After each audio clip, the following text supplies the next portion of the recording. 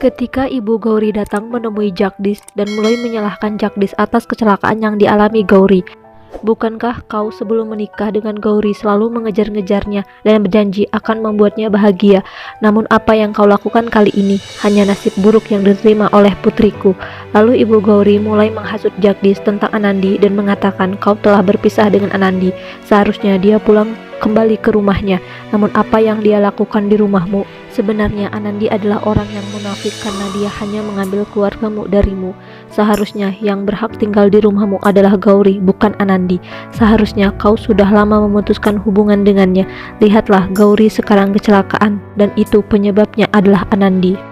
Di tempat lain, Anandi berharap bahwa Jagdish dan Gauri memiliki kekuatan untuk melewati ujian yang mereka alami.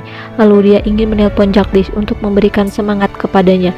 Ketika itu, Gauri yang mengangkat teleponnya dan mengangkat telepon Anandi. Gauri mengatakan kepada Anandi bahwa dia adalah penyebab kecelakaannya dan aku tidak akan pernah membiarkanmu hidup bahagia Anandi. Kau menjadi akar masalah dalam rumah tanggaku dengan Jagdish dan aku akan membalas dengan apa yang telah terjadi padaku. Kau pasti merasa sangat senang mengetahui aku kecelakaan dan sekarang aku harus kehilangan bayiku. Gauri terus menyalahkan Anandi atas apa yang terjadi kepadanya. Kemudian Anandi mengatakan bahwa aku tidak pernah memiliki pikiran seperti itu. Namun Gauri tidak percaya dan berkata, aku tidak tahu harus bertindak Anandi. Kau terlihat sangat polos, namun kau berpura-pura baik dan sebenarnya kau pasti sangat senang dengan apa yang terjadi. Ketika itu, Jagdish masuk dan mengambil telepon dari Gauri. Ia berteriak kepada Anandi dan mulai menyalahkannya atas apa yang terjadi. Kau selalu mencoba untuk menelponku Anandi. Jagdish terus meluapkan kemarahannya kepada Anandi. Anandi mencoba menjelaskan bahwa semua orang mengkhawatirkanmu Jagdish dan itulah satu-satunya alasanku untuk menelponmu. Jagdish tidak percaya dengan apa yang Anandi katakan dan berkata, kau telah membutakan mata semua keluargaku. Mereka lebih memilihmu daripada aku. Kau hanya bersandiwara di hadapan mereka dan kau telah mengambil semua keluargaku dariku Anandi. Kau sebaiknya keluar dari rumahku karena yang berhak tinggal di sana sebenarnya aku dan Gauri. Kesabaran Anandi habis mendengarkan ocehan Jagdish. Ia pun marah dan berteriak kepada Jagdish, cukup Jagdish, aku mohon jangan kau hina dirimu selalu benar dalam hal ini. Aku sama sekali tidak menginginkan kalian celaka. Kau lebih tahu bagaimana diriku. Dan satu lagi, sampai detik ini aku masih mengharapkanmu. Namun mulai sekarang tidak. Kau mungkin salah telah mengkhianatiku, tapi kali ini kau tidak hanya salah, tapi kau juga picik dan aku yakin suatu saat akan menyesal semua perbuatanmu. Dan satu lagi, aku tidak akan pergi dari rumah ini sampai aku mati. Kemudian dia menutup teleponnya. Jagdish terpukul mendengar ucapan Anandi. Ia tidak menyangka Anandi yang lemah akan mengungkapkan isi hatinya yang terdalam. Anandi merasa sangat sedih mendengar perkataan Jagdish kepadanya. Dia tidak menyangka bahwa Jagdish akan mengatakan semua itu. Ia masih larut dalam kesedihannya. Kemudian Anandi mengingat bagaimana dia menikah dengan Jagdish di waktu kecil. Anandi mengingat momen bersama Jagdish dan bagaimana mereka menghabiskan waktu bersama. Kemudian ia mengingat Jagdish bagaimana telah mengkhianatinya dan hidup bersama dengan Gauri. Namun setelah itu, Anandi mengetahui bahwa aku tidak bisa harus bersedih seperti ini. Aku harus segera move on dari hidupku dan melupakan Jagdish. Aku harus memulai hidup yang baru dan lebih bersemangat lagi. Lalu Anandi mengambil sebuah koper. Ia mulai mengumpulkan semua barang-barang yang telah diberikan Jagdish kepadanya dan memasukkan semua barang itu ke dalam koper. Anandi kemudian mengunci koper itu dan melemparkan kuncinya keluar. Ketika itu nenek berada di luar dan menemukan kunci itu. Anandi kemudian memanggil Paman Kasan untuk memintanya dan segera membuang barang-barang yang ada di dalam koper ini.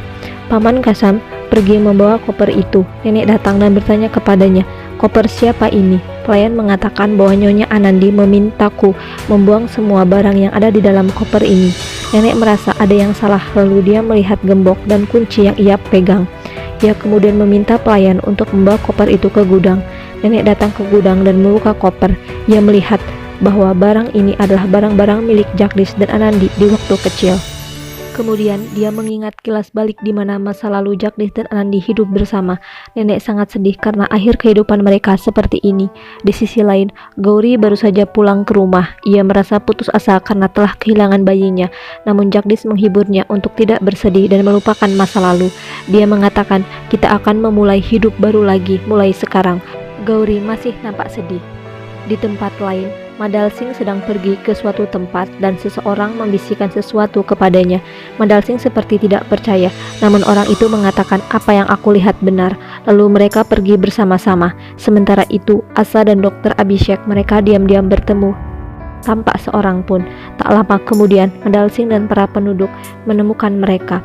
Madal Singh sangat marah melihat Asa dan Abhishek bersama. Lalu ia mulai memarahi Abhishek habis-habisan. Ia menyeret Asa untuk pergi dari sana. Sementara para penduduk memukuli Dr. Abhishek karena kesalahannya bertemu dengan seorang janda. Asa yang melihat itu perasaannya sangat sedih. Madal Singh membawa Asa pulang dan memberitahu kepada keluarganya bahwa Asa telah mempermalukannya di hadapan warga. Ia lalu mengurung Asa di sebuah kamar. Madal Singh mengingatkan Sukna dan istrinya untuk tidak berani membukakan pintu untuk Asa. Di sisi lain, keluarga Singh sedang santai. Ketika itu, Madal Singh datang dan marah kepada mereka. Dia mengatakan bahwa dokter yang telah kalian kirim untuk kerja di rumah sakit telah berani mempermalukanku di hadapan masyarakat. Dia telah menjalin hubungan dengan Asa. Lalu dia menceritakan bagaimana Abhishek dan Asa bertemu diam-diam. Semua orang merasa terkejut mendengar hal itu. Kemudian Madal Singh pergi. Fasan baru saja tiba di depan rumah. Ia bertanya kepada Madal Singh apa yang terjadi. Madal Singh menceritakan segalanya. Fasan mencoba menenangkannya dan mengajaknya ke dalam rumah lagi. Untuk mengetahui kisah selengkapnya, saksikan serial Balika Fado setiap hari jam 14.30 waktu Indonesia Barat di ANTV. Dan bagi Anda yang baru bergabung menemukan channel ini, jangan lupa klik tombol subscribe, like, dan komen agar channel ini bisa memberikan informasi banyak di seputar serial Balika Fado, tentunya hanya di ANTV. Terima kasih.